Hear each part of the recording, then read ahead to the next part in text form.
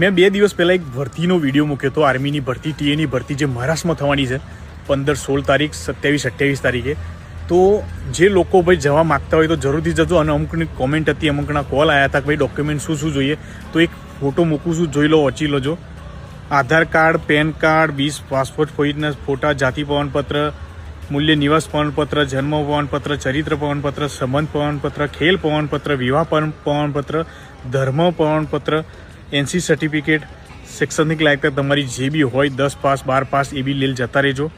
અને જે બી ડોક્યુમેન્ટ લઈ જાઓ એના 4 ફોટોકોપી કરીને લઈ જજો, એટલે તમારે ભાઈ પાછળથી એ ના થાય. એટલે જરૂરથી ભાઈ અત્યારે બધા ડોક્યુમેન્ટની જરૂર નહીં પડે, તો અમુક ડોક્યુમેન્ટ હશે તો ચાલી જશે. ત્યાં જઈને તમે પાસ થઈ ગયા તો 10 દિવસ પછી તમારા જોડે બધા ડોક્યુમેન્ટ લેશે. તો તમે જરૂરથી જાઓ ભાઈ. જેટલા લોકો જવા માગતા હોય, જે લોકો 18 થી 42 વર્ષની અંદર આવતા હોય અને ભરતી થવા માગતા હોય તો જરૂર